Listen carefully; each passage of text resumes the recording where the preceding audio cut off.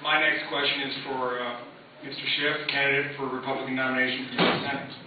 Mr. Schiff, you've warned that this nation is suffering what you call the disease of debt-funded consumption, and have said that we have to address this imbalance between production and consumption.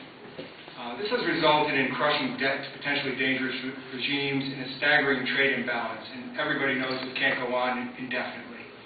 What is the economic medicine we will have to swallow to again become a nation that produces instead of consumes? And what could you, as a U.S. Senator, do to move us in that direction?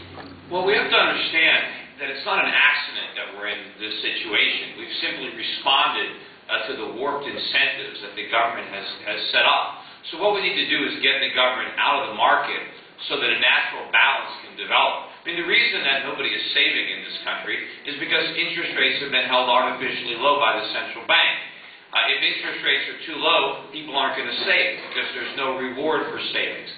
And if rates are very low, the cost of borrowing money comes down. But also we have the federal government subsidizing borrowing. The government is guaranteeing mortgages, guaranteeing student loans, guaranteeing auto loans, and in doing that, they are distorting the capital markets, and they are having credit moving towards certain individuals that in a free market wouldn't get that credit, and away from others.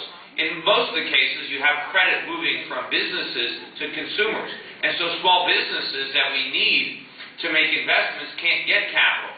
You see, we shouldn't even be borrowing to consume. That's a very uneconomic use of scarce credit. Credit comes into existence because of savings. Without savings, nobody can borrow anything.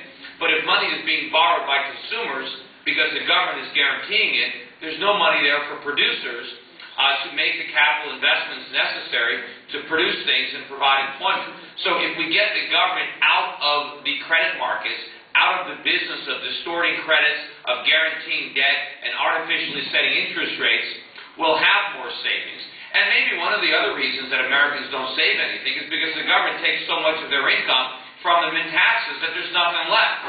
So if we can shrink the government, if we get the government to spend a lot less, then Americans will be to keep more of what they earn. And if they keep more of what they earn, they'll have more money to save. So the solution is to shrink government through tax cuts and through spending cuts, and to remove the regulation that has distorted our economy and has resulted in all the debt in the first place.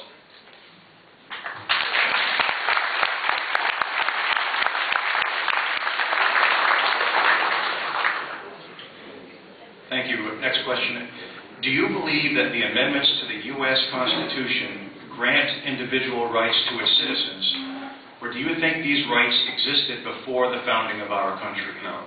Well, the Constitution was written actually to limit the power of government, particularly the federal government. That's why it exists. We ceded some of our rights to the government, but we kept most of them for ourselves. And unfortunately, the government today acts like the Constitution doesn't restrict any power.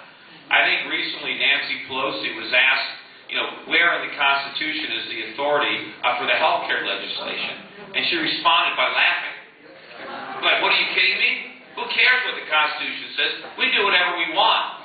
And that's the problem. And I think the branch of our government that has failed us the most in this respect is the judiciary. Because they're supposed to be there to enforce the Constitution, to make sure that our elected officials follow the law. Because none of them do. That's why it was written. Jefferson said the Constitution is there to bind up the government and to change the Constitution.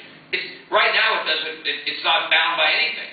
And so one of the reasons I want to go into the United States Congress is to remind them what that document that they all swore to uphold actually says, and to force that we can't vote for these bills that are outside the Constitution. The health care bill is completely unconstitutional. There's nothing in the Constitution that mentions health care or medicine. They had doctors in 1776. People got sick. If they wanted the federal government to provide health care, they would have written it in the Constitution. It's not there. There's nothing in the Constitution that says education. That word isn't there. It's not up to the federal government to be getting involved in education. Just about everything the federal government is involved in, not only is it unconstitutional, but they screwed it up. I mean,